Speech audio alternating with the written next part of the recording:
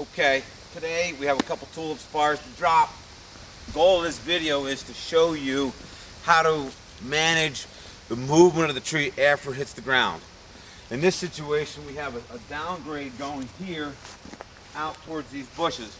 So if this tulip spar hits here, just on the grade, it's going to be a tendency for it to slide down, take these bushes out. This log is set up so that it's completely level, so that when the tree hits it, it should just stay here. And on our second tree, we're trying to keep it from sliding too far down the hill. I want to keep it out of the dirt. Actually, I'm trying to get just a little bit of spearing with the tip to try to slow the momentum of it as this one goes down the hill. So let's take a look and see what that looks like.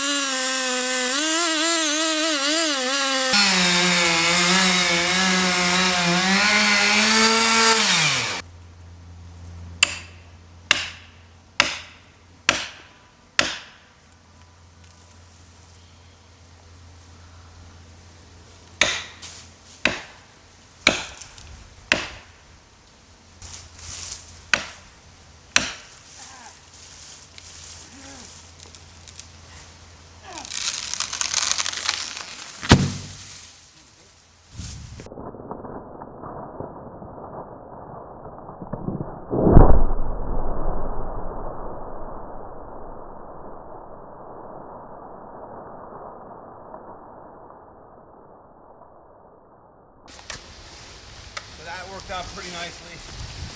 There's a little friction here and there. And a little spearing action in the ground to stop this log from hitting and moving forward. Now we just got to dig it out of the hole and drop the second tree. Okay, I want to make a point about how deep the notch should go. You can see this tree was well over 2 feet.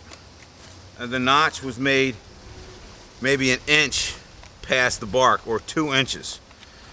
So there was the notch, came out right there. But it doesn't matter how deep the notch is. The width of the hinge has to be 80% of the diameter of the stump, which is here. So, you know, is it the middle of the width of the hinge, the front of the width of the hinge, the back of the width of the hinge? It's tough to say, but certainly the hinge is this wide, which is, you know, close to 80%, if not 80%. In this case, it's a straight stick. It had no lean to it. Nice straight grain. We're going to have good hinging fibers. I was able to plunge the back cut, creating just a little bit of a step here, or just a little bit of a stump shot, maybe a ½ inch to an inch. So, I mean, it was going to be a good hinge. I don't need to cut a huge monster notch here. The notch is fine cutting a small one like that. Now, that's going to be, at this time, that's going to be a pretty unconventional way of thinking. But it's really just common sense once you get experienced at falling trees and really being comfortable with that plunge cut, setting up your hinge. You can see I left some over the fat hinge here. Had to use the wedges and the pull line. One man on the pull line and a couple wedges banged in to get this thing over. It actually was a perfect fall. I was trying to use the next tree that's coming down as some friction on that and kind of lay it in the V right down here between our padding log and this tree in order to stop from sliding forward into those little bushes down there.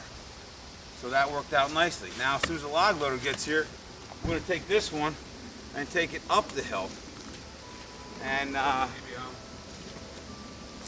you can see that this padding log was set up to to compensate for the lean of the hill. So we just actually got to make sure it's a little bit more stable here. We got to bring it up, put it all the way on here. It's not a big deal. People Americans in particular, go way overboard with their notches. They like to cut these big monster notches. It takes a lot of time and energy.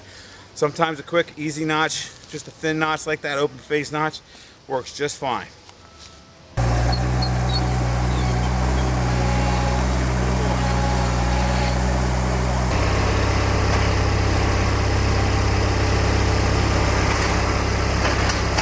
All right, go ahead.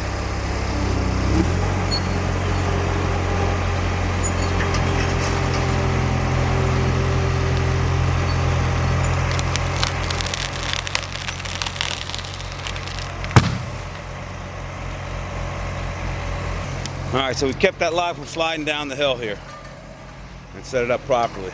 Nice job.